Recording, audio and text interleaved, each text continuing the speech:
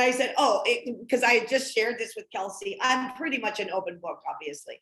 I go back and say hi to Harrison, and Harrison goes, I didn't even, how do you even look the way you look? He's like, I haven't seen you in all this time. I couldn't even put your face with a woman who had, now I'm flattering myself by saying this, but he's like, I couldn't recognize you because you don't even look like a woman. You haven't aged. And what? Who are you? The best compliment of my life. Harrison Ford didn't recognize me because I look too good. And Callista didn't either, from Ellen McBeal. And Callista didn't either. And then and then it was sweet.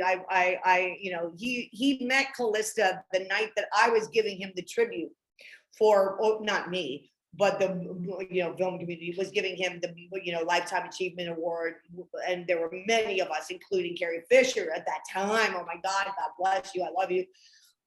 Who were Sharon Stone. We were all giving him the love he deserves, and that was the night he tripped over Callista, and she fell, and he fell in love. Wow. We'll wrap up in 2 seconds. I have one question. If they were going to make you have such an interesting story. You are so open and honest, and just, that's why I love you. If they were going to make a movie about your life, and they were going to cast, a young Anne Heche, like say, at the beginning of your career, any actress come to mind? Miley Cyrus or Kristen Bell? I've already thought about it.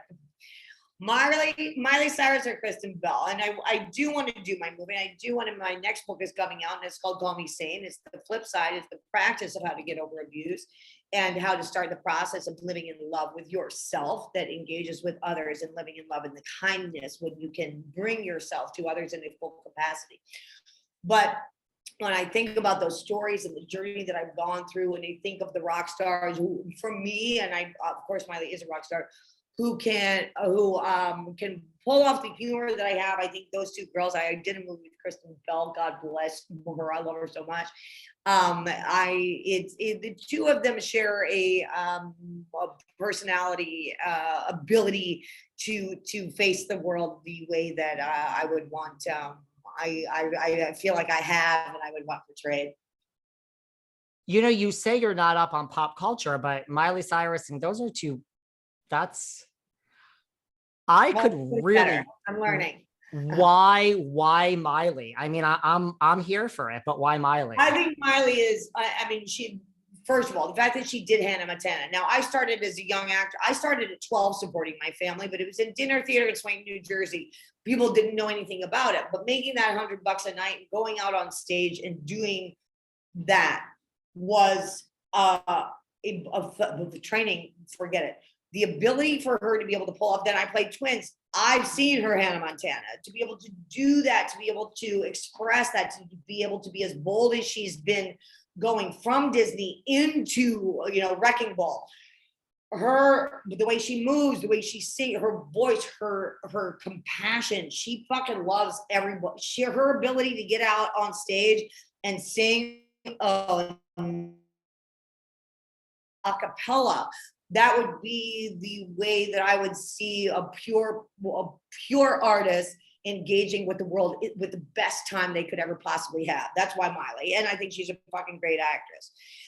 Kristen Bell gave me my second Emmy nomination. She and I played mother and daughter in a Lifetime movie years ago, and Kristen's again felt like a reflection to me, a dedicated her ability to tell story, do it through joy, do it with her personality, charm, gorgeous timing, and humor.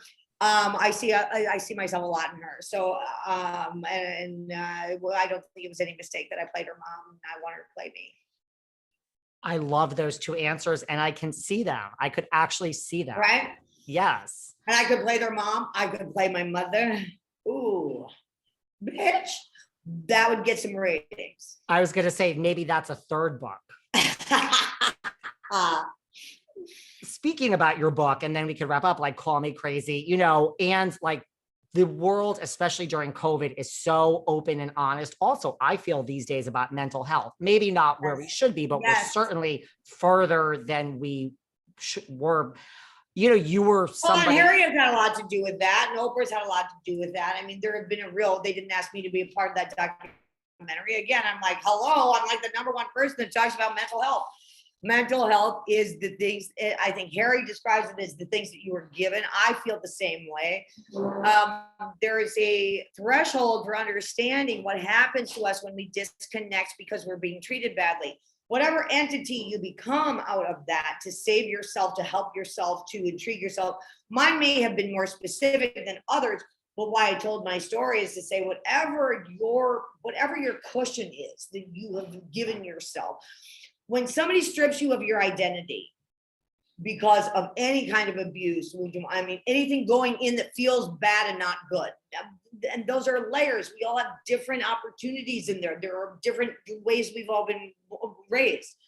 But depending on, this goes back to 2 cups in and 1 cup out, depending on how severe that input was, is how severe your intelligence of your identity has to be shaped, because you're trying to figure out the sanity of what you are being told you're insane about. So that's why I told my story as truthfully as I did. Our mental health is part of that equation, is how we survive the things that go in feeling bad. And that is redefinition of our identity so that we can survive it. And the more severe it gets, the survivors get further and further away as they try to train themselves to understand and identify for themselves.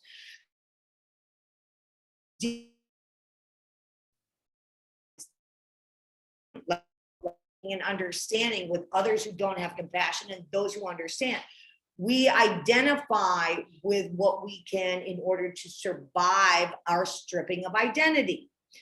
They're equal. One goes in one way and one goes. So what we watch in mental health is that reflection. Wow, that person must have gone through a lot because they're acting this way. That means that there's a balance point to what got taken from them that they're feeling they need to identify. My goal is to get those things looking at each other in an equal opportunity to understand the mental health, to understand and look at, which takes responsibility, again, from the generation that raised those children, me or whatever it was, and start to balance out the understanding of their new identification in order to survive. So we've got a lot of work to do, which is what I've been spending my last 20 years on, to go, wow, you tell your story. That's how I identify you.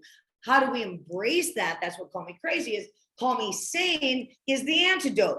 We go, okay, how can I get into a system of reclaiming my identity, helping others to find theirs, and giving us some steps and some processes and some practices that could help us re-identify with ourselves more quickly, with a little less pain, and with support around you that can answer some questions. And that's who I am. I love it. I can't wait for the new book. If